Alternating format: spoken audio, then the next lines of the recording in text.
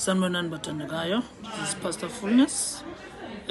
Namhla ngifuna nje sikhulume ngento encane esekhungethe umhlaba wonke lelimete abantu futhi kakhulu lebulelene imindeni umndeni phelile namhlanje ngalento engifuna ukuyisho namhla. Badivosile abantu bahambile bantwana bayakhala akunamndeni akunani kuphelile kugcwele inzanzane left right and center ngenxa yalento le Martin. This is called gender equality. Gender equality. Angathi noma le gender equality thina singumhlaba noma sibani labaphila emhlabeni angathi lokuthi sifike sayinterpreta ngayiphi indlela, because gender equality interpretation yayo is very simple. Gender equality yona, it means equal rights, it means equal responsibilities, it means equal opportunities. That's what gender equality came for.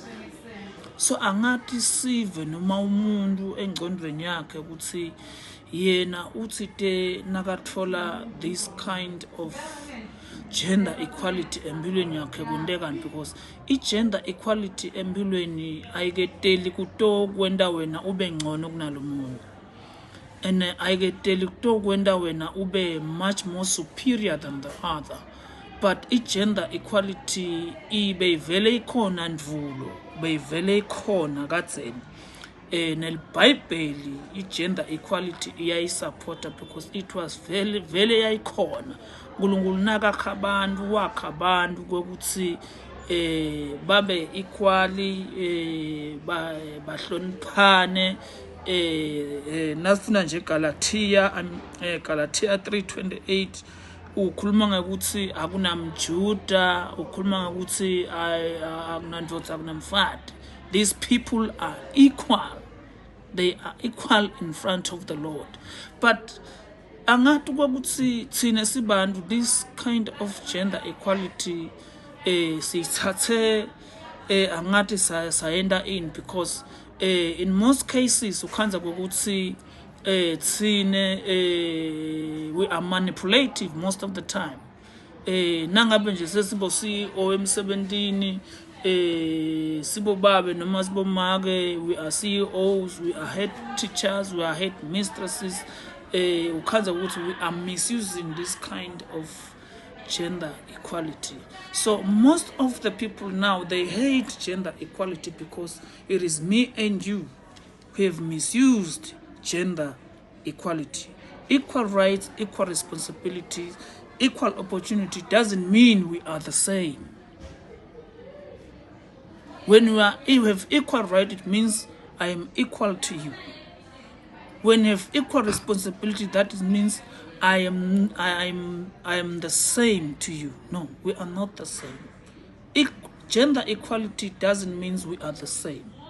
Gender equality gives equal opportunities, gives equal rights, gives equal rights and responsibilities and opportunities empilweni yakho. Ayisho ukuthi yenda lomunye bese soba superior kunalomunye, futhi ayisho ukuthi wena ngoba CEO emsebentini you have got that equal right ukuba ngu-CEO, you have got that equal responsibility ukuba ngu-CEO. So manipulate labanye emsebentini, awusabone ukuthi leya indodza, ubuka ngazi ukuthi nje lomunye lofana nawe because wena songu-CEO emsebentini. Awubona ukuthi loya ngathi loya ngumakwe elikhaya because wena uyindoda emsebentini sifuna ukuthi ill-treat in that way. No, equal gender equality ayikateli lokho ukuthi ikwende wena ube much more superior to the other, but gender equality has been raised so that people batobona ukuthi, you know, we are not much more superior than others. We have just equal opportunities, everyone. So kafishane nje sesibuka le gender equality ukuthi why this much abanengi bayabulalana, why baze babulalane, why baze bafike ekushaneni, why is this abuse sekuze kuvuke nemithetho lebangela ukuthi bantu ukuthi solizama ukuthi isite abantu ukuthi babone ukuthi le mithetho lena ilawule bani ukuthi bangendi lokukabi, but still le mithetho leshaywako le nda ukuthi bani babe right, still people they are going too much wrong. Why? It is because bantu balahlekelelene naNkulunkulu. It is because bantu balahlekelelene nebuntu babo. It is because bantu balahlekelene nenature lithi iBhayibheli indalo ibubulela kwembola kwemadodzana. Why indalo ibubule kangaka? It is because of the things that are happening at empilweni tethu. Ngule tindlo lesitendako ngule tindlo lesitenda because of gender equality. We think gender equality itele ukuthi sitoba superior than others. No, gender equality has not come to make us superior than others, but gender equality came to show you and me that we have equal rights. We have equal opportunities, we have equal responsibilities. A case study or a research was done in Sweden by John Rickney, to a professor Stockholm University.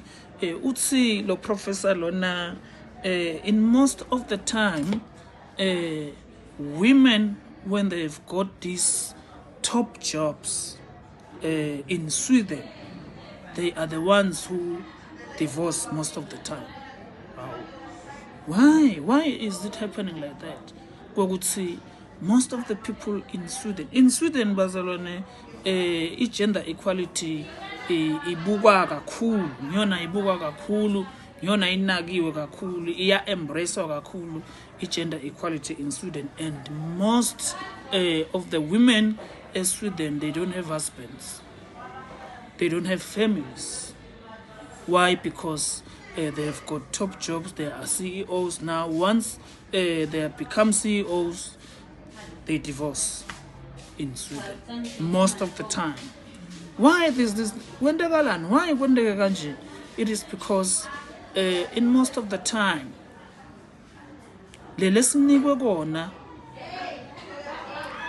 we are misusing it.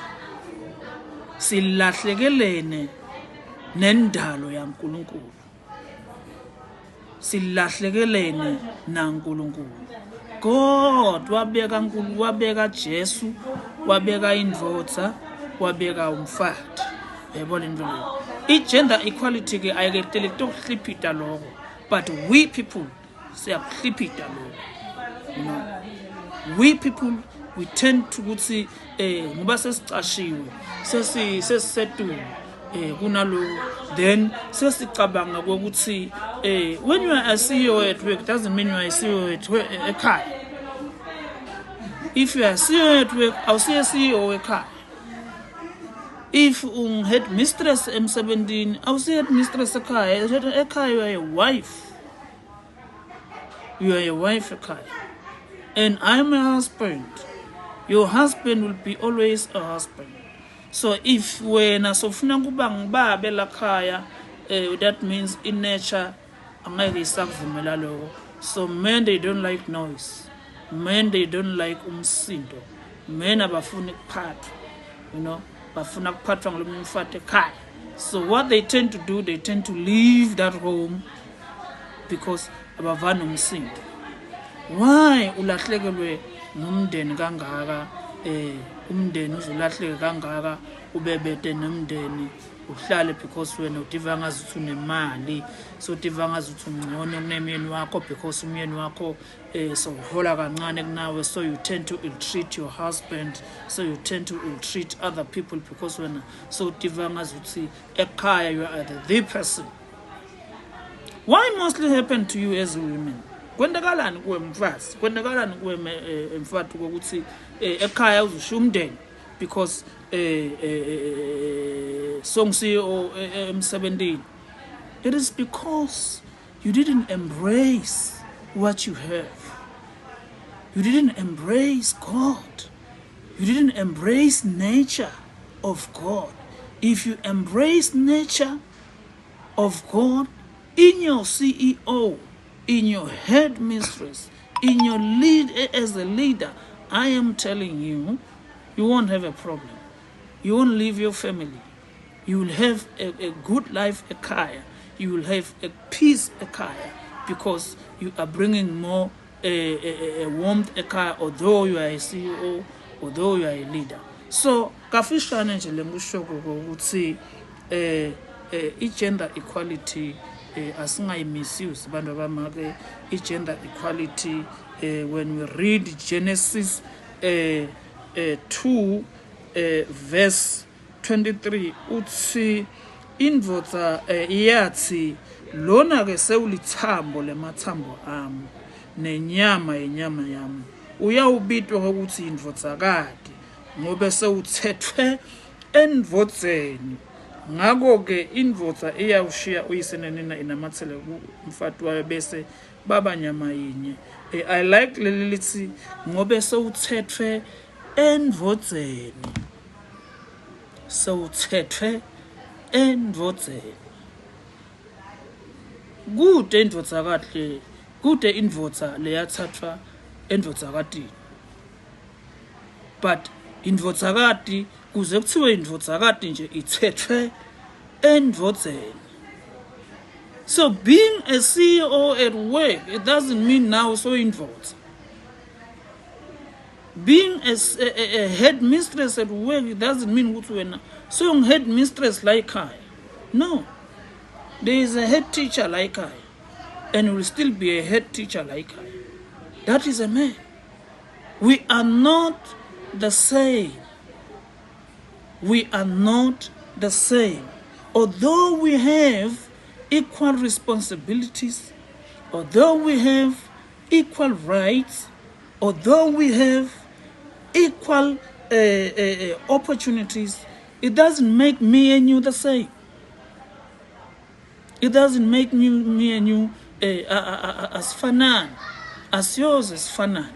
But if we know the Bible, if we take ourselves, we embrace ourselves with the Bible, we correct ourselves, we align ourselves with the Bible, I am telling you, being the CEO at work, even at home, you will be a much valuable person as a lady, a guy. A study says, would say, most of the CEO and leaders who are ladies, most of the time, they are likely to divorce their husbands. They are likely to leave their children because Sebativa Wangazuti, they are CEO of their work. No, don't be a CEO of their work. Never. You are not a CEO at work. You are a wife. You are not a CEO at work, a kai. You are a husband, a kai. So play the role of being a husband and play the role of being a wife wrong. Even though you have more money than your husband, this one will keep you. So align yourself with the Bible, you will see. Align yourself with the Bible, it will keep you. Align yourself with the Bible, it will help you to play a very good role, a kaya, even though you are a CEO at work, a kaya will be a wife. Even though you are a CEO at work, a kaya will be a husband. So stop manipulating people because you are a CEO. Stop manipulating people because you are a leader at work. Wena njengoba sewungumholi emsebenzini sebaqala abantu bayagijima la ngaphandle emsebenzini abantu bayaresign emsebenzini because sekufike wena. What's going on with you? What's wrong with you? Ngani bebakhona labanye bo CEO abakake bahamba abantu. Managers akake resign. Ngoba sekufike wena sekuresign abo manager. Sekuhamba abantu emsebenzini because you are now the CEO at work. There is something wrong with you. Go to the Bible and align yourself. So that being a CEO as a lady doesn't make you the boss at work. You know, people, they have this attitude of being boss. You know, if you are a boss, then people will always keep running and 17 babalege, besabe, because you have this attitude of being a boss. You know, a leader is a servant. A leader is a servant, he's not a boss. But if you have a boss attitude, people will be running away from you. But if you have a leadership attitude, being a servant for people, people will want to stay with you. So what I'm trying to say to you, I am saying, embrace yourself, align yourself with the Bible, and gender equality will help you, and gender equality will equip you to be a good person in life. Inkosi nibusise, inkosi niside. Amen.